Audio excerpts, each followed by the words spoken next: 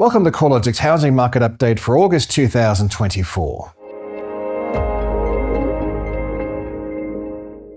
Nationally, home values rose another 0.5% in July, on par with the 0.5% increase recorded in June and the 18th consecutive monthly increase in home values nationally.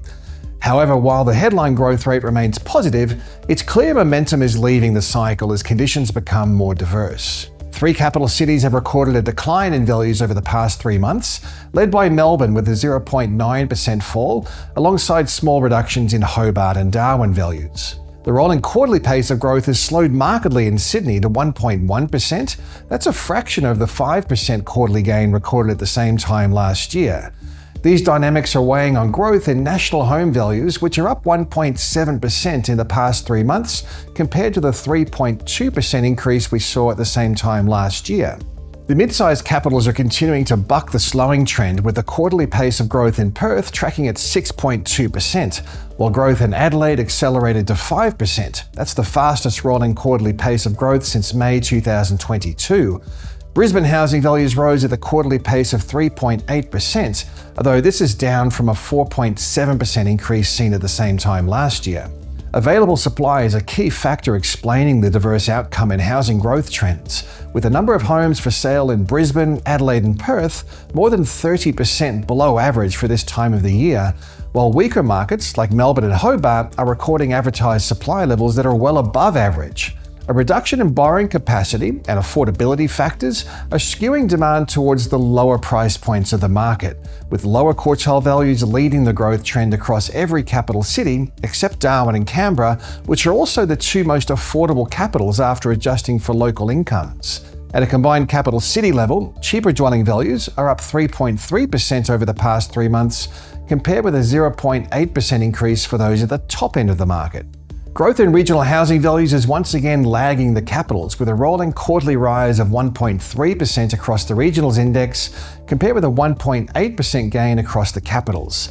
Mimicking the growth pattern seen across the capital cities, regional Western Australia, regional South Australia and regional Queensland led the rolling quarterly change.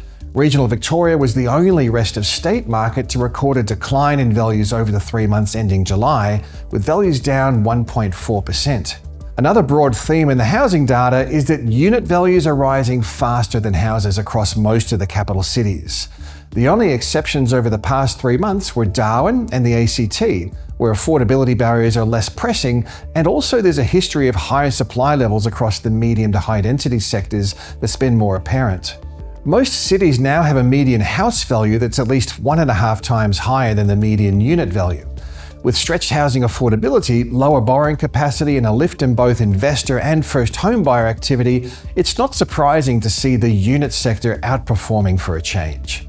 Changing the focus to rental conditions, CoreLogic's rental index was up only 0.1% in July. That's the smallest monthly rise since August of 2020. A clear slowdown in the pace of rental growth across the unit sector has been the main drag on rental growth, especially in Sydney, where the annual change in unit rents has dropped from 17.9% in May last year to 6.6%.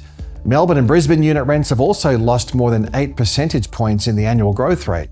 Slower rental growth is probably a factor of both slowing net overseas migration, but also influenced by rental affordability constraints. It's worth noting that the slowdown in unit sector rental growth is off a high base. Despite the slowdown, the annual pace of rental growth is still well above average levels in most regions. Brisbane dwelling values rose another 1.1% in July, adding approximately $9,820 to the median value of a home over the month. Housing values are up 16% over the year, or in dollar terms, about $120,250 in 12 months. Growth in Brisbane unit values is diverging from houses, with values up 5.8% over the past 3 months for units and 3.4% higher for houses. The stronger performance across the unit sector probably reflects a combination of affordability constraints deflecting more demand towards the lower price points of the unit sector, but also lower supply levels across the unit market, where listings are tracking 43% below the previous 5-year average. The underlying mismatch between housing supply and demand looks set to support housing prices through the second half of the year. However, there does seem to be some rebalancing underway. For some context on the balance between available supply and demonstrated demand, in the 3 months to July, CoreLogic estimates there were 125,000 dwellings sold across Australia, which is a little higher than the 121,000 new listings added to the market in the same period. This suggests there were still more buyers than sellers in the market, but the gap between sales and listings has narrowed since the same period last year, when there are 123,000 sales against just 112,000 new listings. Vendors have become more active, with real estate listings flowing into the market at a pace that's slightly above average through autumn and winter. The increased flow of advertised supply is testing the depth of buyer demand. At a macro level, demand is keeping pace, but pockets of weakness are emerging, with listings now well above average in Hobart and in Melbourne and normalising across Sydney. Beyond the number of homes available to purchase, the supply of newly built homes remains insufficient relative to population growth. A further 6.5% drop in dwelling approvals through June highlights the challenges faced by the residential construction sector. Profit margins have been compressed, skilled trades are scarce, and holding costs remain high. On the positive side, we're now seeing residential construction costs rising at the slowest annual pace in 22 years. Although the cost to build isn't reducing, the slower pace of growth should provide builders with some confidence that project costs won't blow out. Additionally, with established housing values rising almost 3.5 times faster than construction costs, profit margins should gradually start to repair.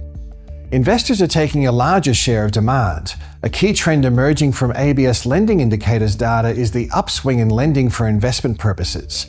Nationally, the number of investor loans is up 24.8% on last year, and the value of lending to investors has jumped by 29.5% over the year to comprise 37.1% of mortgage demand.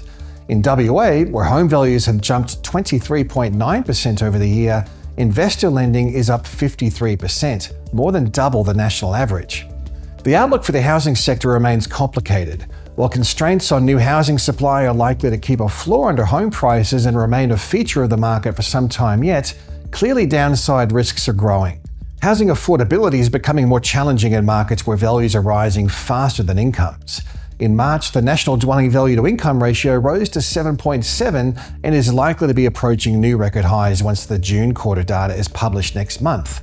Similarly, the portion of household income required to service a new mortgage was already at a record high in March and has likely risen further by now.